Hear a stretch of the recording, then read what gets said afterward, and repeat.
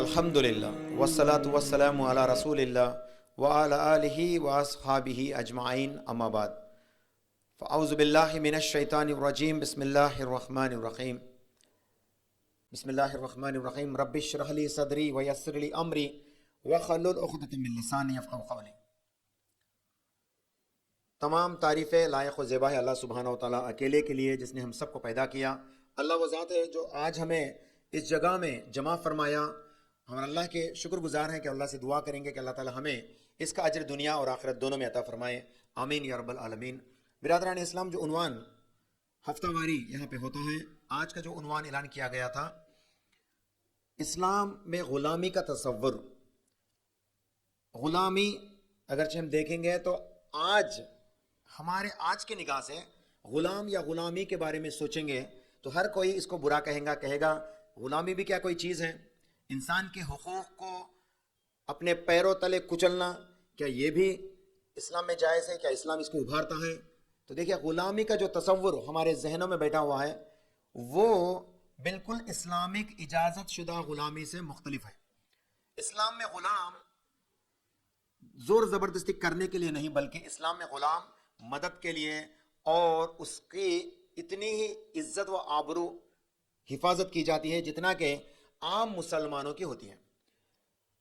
اگرچہ غلامی کا تصور کریں گے تو دنیا بھر میں جب سے نوع انسانیت یہاں پہ بسر کرنا شروع کرے تو اس وقت سے جہاں جیسے بھی جنگ ہوتے تھے، وہ تمام لوگ ایک دوسرے کے اوپر اپنا جیت ظاہر کرتے اور ان کے مخالفت میں جتنے بھی لوگ رہتے ہیں ان کو سب کو قید کر کے قیدی بنا کر وہ اپنے گھروں کے پاس لے کے آتے ہیں، اور ان کو عام طور پہ ہم آج غلامی کا تصور ایسا کرتے ہیں۔ حال ہی میں الگ الگ دیشوں کے جو جنگ ہوتے رہتے ہیں، الگ الگ ملک ایک دوسرے کے جنگ کرتے رہتے ہیں، لیکن اگرچہ کوئی ایک ملک کا سپاہی دوسرے ملک کے ہاتھوں میں آ گیا تو اس کو کیا کرتے ہیں؟ قیدی بناتے ہیں، اس کو ٹارچر کرتے ہیں، اور یہاں تک کہ وہ مر بھی جاتا۔ اور ہندوستان کی بھی بات ہے، ہندوستان چائنا، ہندوستان پاکستان، اس طرح کے کتنے بھی جنگ اور ہوتے رہتے، تو اس میں اگرچہ جنگی قیدیاں بن کے جہاں پہ جاتے تو ان کا کیا معاملہ رہتا؟ یا تو وہ ہمیشہ جیلوں میں سڑتے، یا تو وہ انتقال وہی ہو جاتے، یا ان کو مار دیا جاتا۔ تو ایسے اصول آج بھی برقرار ہے، یاد رکھیے۔ لیکن اسلام میں جو غلامی کا تصور بتایا جاتا ہے وہ بالکل آج کے یہ سسٹم سے مخالفت ہے۔ حالانکہ نام تو اس کا غلامی ہے، لیکن اسلام ہر غلام کو آزاد کرنے کے لیے ابھارتا ہے اور اس کو ایک نیک عمل بتاتا ہے۔ کبھی ہم غلام کو بنا کے گھر پہ لے کے آئے تو اللہ کے نبی صلی اللہ علیہ وسلم اور قرآن میں بھی اللہ سبحانہ و تعالیٰ بعض جگہ فرماتا ہے غلام کو آزاد کرو، یہ تمہارے لیے بڑی فضیلت کی بات ہے۔ تو دنیا سے غلامی کو یا غلامی کا سسٹم کو ہٹانے کے لیے اسلام اپنے وجود کو لایا۔ اس کو بولتے ہیں پریزنرز آف وار۔ آج ہم انگریزی میں دیکھیں گے تو جنگ جو قیدیوں کو جو پکڑ کے لاتے ہیں ان کو بولتے ہیں پریزنرز آف وار۔ جنگ ہونے کے بعد جتنے بھی قیدی کو پکڑ کے لاتے ہیں ایک ملک کے دوسرے ملک والے، تو ان کے ساتھ جو برتاؤ کیا جاتا ہے اس سے اسلام میں جو غلامی کا سسٹم ہے یہ بالکل مختلف ہے۔ تو میں انشاءاللہ آج اس کو قرآن اور حدیث کی روشنی میں اور تاریخ اسلام کی روشنی میں بتاتا چاہوں گا۔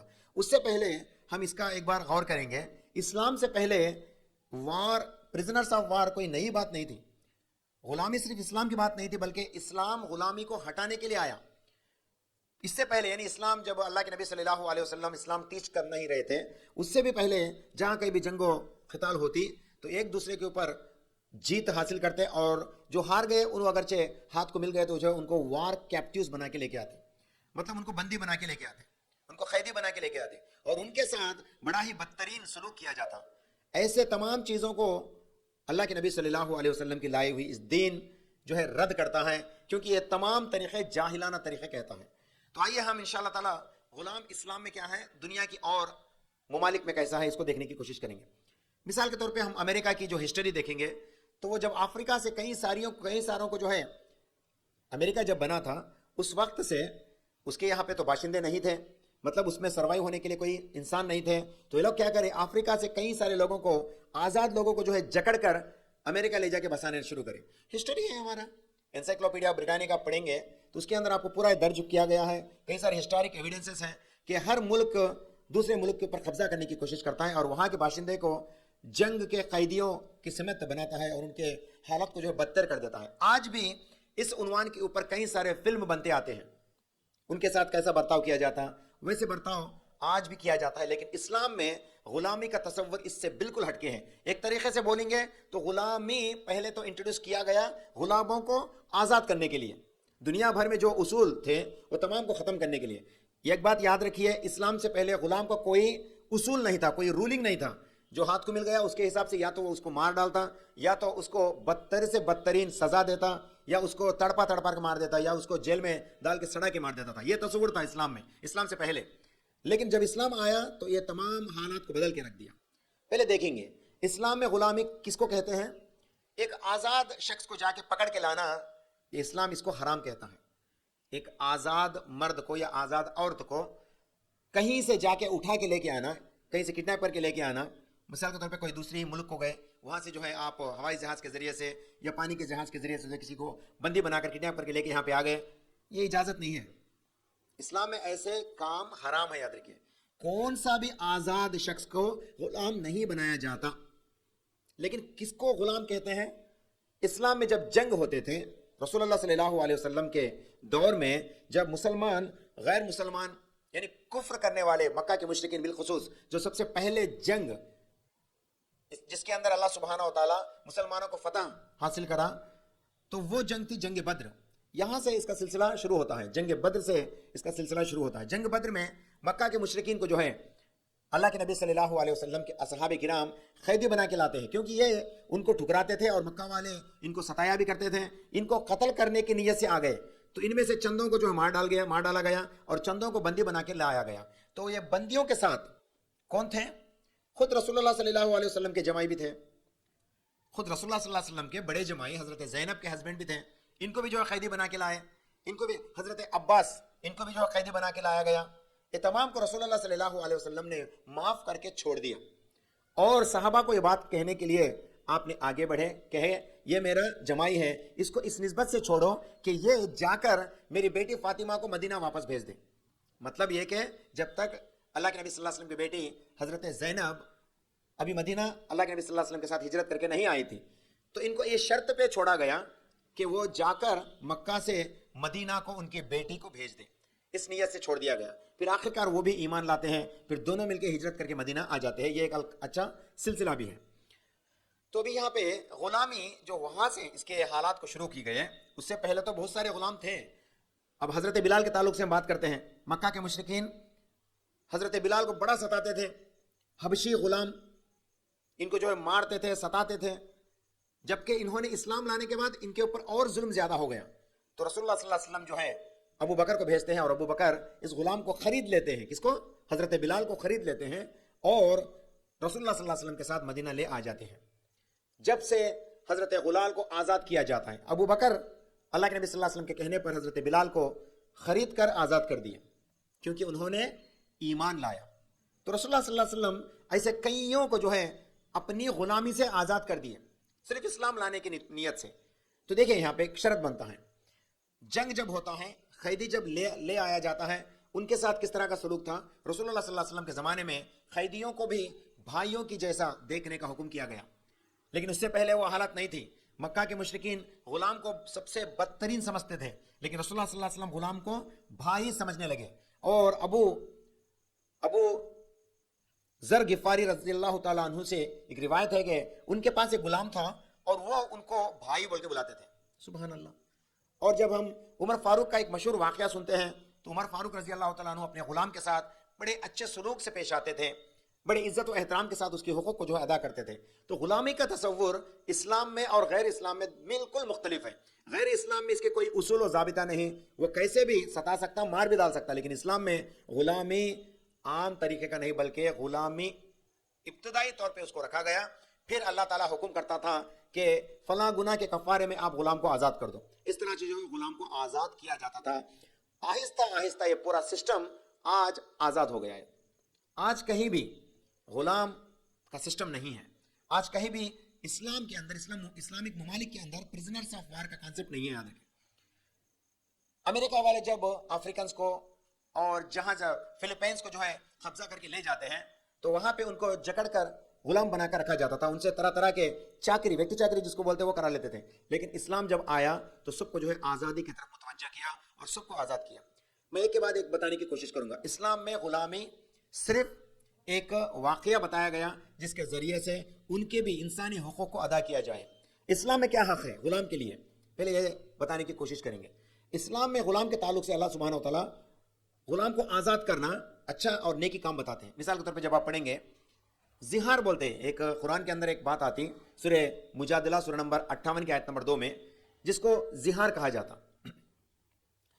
تو جب زہار کرتے یعنی وہ ایک عادت تھا، عرب کے کلچر میں ایک عادت تھا کہ عورتوں کو طلاق کے بدلے میں کیا کرتے تھے، تم مجھے میری ماں کے مانند ہو بول کے سمجھتے تھے، ایسا بول دیتے تھے، تو عورت میری بیوی، تو میرے لیے میری ماں کے درجہ رکھتی ہے بول کے بول دیتے تھے. مطلب اس زمانے میں اس کو طلاق سمجھا جاتا تھا. اللہ سبحانہ وتعالیٰ اس بات کو جو رد کرتا ہے سورہ مجادلہ سورہ نمبر 58 کی آیت نمبر 2 میں اللہ تعالیٰ کلیئر کرتا ہے کہ تمہارے زبان کے الفاظ سے یہ کام جائز نہیں ہے، تمہارے بیویاں تمہارے مائیں نہیں بن سکتے اور یہ کام ایسا کرنا حرام ہے. کہتے ہوئے اگرچہ کسی نے زہار کیا تو جو ہے اس کو غلام آزاد کرنے کا حکم فرماتا ہے اللہ سبحانہ وتعالیٰ. تو اسی طرح سے رسول اللہ صلی اللہ علیہ وسلم بھی اس بات کے اوپر ابھارتے ہیں کہ گناہ ہوتا ہے تو غلام آزاد کرو. دوسرے جگہ جب غلام کو آزاد کرنے کا حکم اللہ سبحانہ وتعالیٰ خود فرماتا ہے سورہ مائدہ سورہ نمبر 5 کی آیت نمبر 89 میں اللہ سبحانہ وتعالیٰ فرماتا ہے قسم کا کفارہ، قسم کھانے کے بعد اگرچہ کوئی قسم توڑ دیتا ہے تو اس کا کفارہ ہے. کیا ہے کفارہ؟ نمبر 1 غلام آزاد کرو. اللہ تعالیٰ خود فرماتا ہے غلام کو جو ہے آزاد کرو بول کے. یہاں پہ اللہ سبحانہ وتعالیٰ غلام کو آزاد کرنا کفارے کے لیے شمار کرتا ہے. مطلب جتنے بھی مسلمانوں کے پاس غلام تھے اگرچہ ان سے کوئی گناہ سرزد ہو جاتا ہے تو ان کو حکم فرماتا ہے کہ تم اپنے غلام کو آزاد کرو، اللہ سبحانہ وتعالیٰ اس کو معاف کرے گا، یہ کہا جاتا ہے. تو دیکھیے اب آج کے سسٹم کے جو لوگ اسلام پر اعتراض کرتے ہیں کہ غلامی اسلام میں حرام ہے تو اسلام پروموٹ کرتا ہے بول کے، ان کے لیے یہ بات کافی ہے. قرآن سے یہ بات ثبوت سے ثابت ہے کہ اگرچہ آپ غلام رکھتے ہیں تمہارے ہر گناہ کے بدلے میں اگرچہ آپ غلام آزاد کریں گے تو آپ کی گناہ معاف کر دی جائیں گی. اب آپ بتائیے غلام آزاد کرنا نیک کام ہے یا برا کام؟ نیک کام ہے. اللہ سبحانہ وتعالیٰ اس کے بدلے میں کئی سارے گناہوں کو معاف کرتا ہے، قرآن سے ثابت ہے. اور اسی طرح سے رسول اللہ صلی اللہ علیہ وسلم فرماتے ہیں صحیح بخاری جلد نمبر 3 کی حدیث نمبر 1936، جب آپ کسی فرض روزے کو جان بوجھ کر توڑتے ہیں، رمضان کے روزوں کے تعلق سے بات ہوتی ہے، کسی فرض روزے کو جان بوجھ کر توڑتے ہیں یا اپنے منہ میں الٹی انگلی مار کر جو ہے خے کر دیتے ہیں، الٹی کر دیتے ہیں، تو آپ نے اپنے روزے کو جان بوجھ کر توڑا. اور جس سے روزہ ٹوٹ جاتا ہے وہ جاننے کے باوجود بھی اس کو روزے کو توڑ دیتے ہیں، تو ایسے لوگوں کے اوپر کفارہ لازم ہے. اور وہ کفارہ کیا ہے؟ صحیح بخاری کی حدیث نمبر 1936 میں اللہ کے نبی صلی اللہ علیہ وسلم فرماتے ہیں یا تو آپ مسلسل 2 مہینے کے روزے رکھو، یا 60 مسکینوں کو کھانا کھلاؤ، یا ایک غلام آزاد کرو. مطلب غلام آزاد کرنا فرض روزے کے کفارے میں ہے، یاد رکھیے. مطلب یہ ہے ہمارے گناہ معاف کیے جاتے ہیں غلام کو آزاد کرے تو اسلام promotes freeing the slaves. Islam does not make the slaves to be congested, but Islam make an article freed the slave for the sake of Allah subhanahu wa ta'ala. اسلام ہمیشہ اس کو ابھارتا ہے تاکہ آپ سلیو کو بانی ستوم کو دور کرو تاکہ تم اللہ کے نیک بندے بنے. تو اسلام آنے کے بعد جو ہے غلاموں کو آزاد کیا گیا. ویسے اس سے پہلے غلام کو آزاد کرنے کی کوئی تصور نہیں تھی، لیکن اسلام آنے کے بعد غلام کو آزاد کرنے کے اوپر ابھارا جاتا ہے. اور سنتے جائیے اللہ کے نبی صلی اللہ علیہ وسلم سے حدیث روایت ہے کہ اگرچہ انجانے میں کسی کی موت ہو جاتی ہے، کسی سے کسی کی موت ہو جاتی ہے، تو اللہ کے نبی صلی اللہ علیہ وسلم فرماتے ہیں اگرچہ وہ کسی جانور کو مارنا چاہتا تھا شکار کی نسبت سے، لیکن درمیان میں کسی آدمی کو لگ گیا اور وہ آدمی مر گیا، یعنی انجانے میں اس سے کام ہو گیا، تو اللہ تعالیٰ کے شریعت میں یہ حکم دیا گیا کہ اس سے دیت لیا جائے. مطلب اس کا کمپنسیشن اس کے وارثوں کو دیا جائے، اتنا پیسہ کمپنسیٹ کر کے وارثوں کو دیا جائے، اس کو دیت کہتے ہیں اسلام کے اندر. اس کے علاوہ بھی اور ایک بھی اس کے گناہ کا کفارہ یہ بتایا جاتا ہے کہ تم اس کو غلام کو آزاد کرو. اگرچہ آپ کے پاس غلام ہے تو فوراً آزاد کرو. یہ کب کا سسٹم؟ جب قرآن نازل ہو رہا تھا، جب شریعت ابھی لوگوں کو بتایا جا رہا تھا، تو اس وقت مطلب اسلام کیا کرا، سٹیپ بائی سٹیپ اس غلامی کے سسٹم کو ختم کر دیا. اگرچہ کوئی آج کہیں گے کہ آج بھی اسلام میں غلامی ہے بول کے، تو یاد رکھیے اس لیے رکھا گیا، غلامی کو اس لیے رکھا گیا. مفسرین کرام، علماء دین اپنی ذہن کو بھگاتے ہیں، دانشمندی دکھاتے ہیں، کہتے ہیں اس سسٹم کو آج بھی زندہ رکھا گیا، سسٹم کو زندہ رکھا گیا، لیکن کسی کے پاس غلام رکھنے کا شرط نہیں ہے. لیکن آج اس کا حکم منسوخ نہیں ہوا، غلامی کا حکم منسوخ نہیں ہوا، کیونکہ قیامت سے پہلے ایک بڑا جنگ ہونے والا ہے. کس کے ساتھ؟ حضرت عیسیٰ ابن مریم اور اپنے ساتھیوں کے ساتھ یہودیوں سے جنگ کریں گے اور اس میں تمام یہودیوں کو قتل کریں گے. اس پہلے جنگ عظیم سے پہلے یہ جو جنگ کے اصول وہ ہونا تھا، بتانا تھا، اس لیے اس سسٹم کو، یہ حکم کو ابھی منسوخ نہیں کیا گیا، بلکہ یہ سسٹم ابھی برقرار ہے. لیکن اس کے علاوہ بھی اسلام غلاموں کو کئی سارے حقوق دیتا ہے. یاد رکھیے، سسٹم کو تو منسوخ نہیں کرے. اسلام میں غلامی نہیں ہے بول کے، غلامی حرام ہے بول کے تو نہیں بول سکتے. یہ اس لیے رکھا گیا قیامت سے پہلے عیسیٰ ابن مریم کے ساتھ تمام غیر مسلمان جنگ کریں گے. ان میں سے جن کو قیدی بنایا گیا گا تو شاید ان کے لیے یہ اصول بتانے کے لیے، یہ ضابطہ بتانے کے لیے یہ کام کیا جاتا ہے. یہ مفسرین کرام بتاتے ہیں. یاد رکھیے. دوسری بات، غلاموں کے کیا حقوق ہے اسلام کے اندر؟ اور مرد ہے، عورت ہے. غلام دو طریقے کے. اس سے پہلے کہ میں آپ کو یہ بات یہ بھی بتاؤں، یہ غلام کو لے کے آتے نا، یہ کہاں سے لے کے آئے؟ سورہ انفال سورہ نمبر 8 کی آیت نمبر 69 میں، 60 پر 9 میں اللہ سبحانہ و تعالی مال غنیمت کے تعلق سے حکم فرماتے ہیں. مال غنیمت کیا ہے؟ مال غنیمت، یہ غلام بھی مال غنیمت کا حصہ. اور سے سنیے، مال غنیمت وہ مال ہوتا ہے جنگ جیتنے کے بعد کفار و مشرکین کے جتنے بھی ہاتھیاں، گھوڑے، اونٹاں یا ان کے اوزار جتنے بھی تھے جنگ کے کرنے کے، جو بھی لشکر کے ساتھ جو بھی اوزار تھے، ان کے کھانے پینے کی اشیاء تھے، ان کا سونا تھا، ان کا چاندی تھا، اور ان کے ساتھ قیدی بنائے گئے مرد اور عورت تھے، یہ سب کو مال غنیمت کہتے ہیں.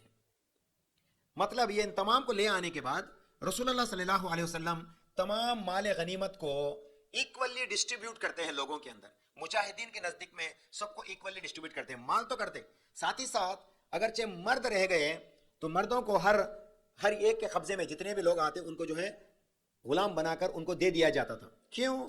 غلام بنانے کی کیا ضرورت؟ چھوڑ بھی سکتے نا. دیکھیے، اگرچہ کسی کو غلام بنا کے ابھی لے کے آئے، بس ان کو ایسا ہی آزاد کر دیا تو کیا کرتا فوراً وہ ہم پہ حملہ کرنے کی کوشش کرتا.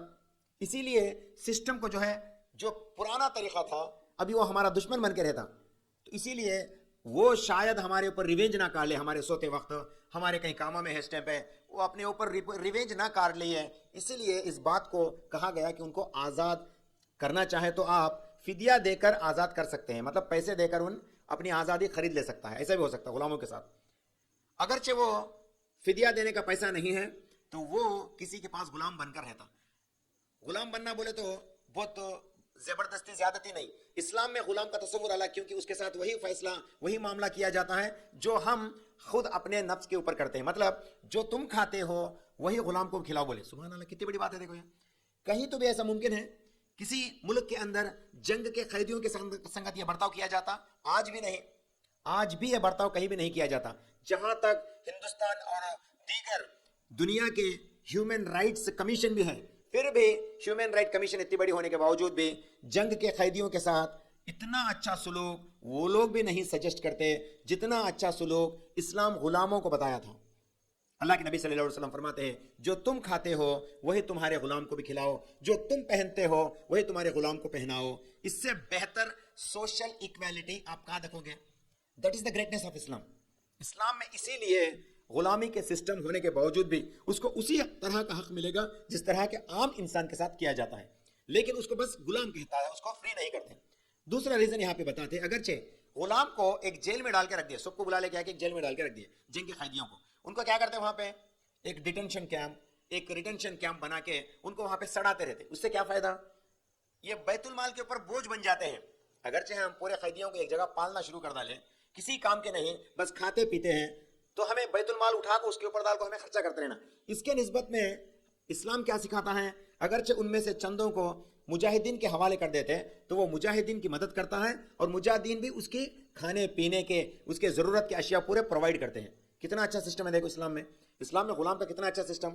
اگرچہ وہ جیل میں ڈال کے رکھے تو اس سے کچھ بھی کام نہیں، کھانے پینے. اور آج بھی کئی سارے ایسے جیل ہیں امریکہ کے اندر، یورپ کے اندر، کہ جہاں پہ لوگ سڑتے رہتے، اور وہاں پہ کئی سارے شدت پسند لوگ باہر آ جاتے رہتے، جیل توڑ کے بھاگتے رہتے، اور وہ باہر آنے کے بعد لوگوں کے اوپر زحمت بنتے، لوگوں کو مارتے توڑتے، اور یہ بڑے کرمنلز بن جاتے.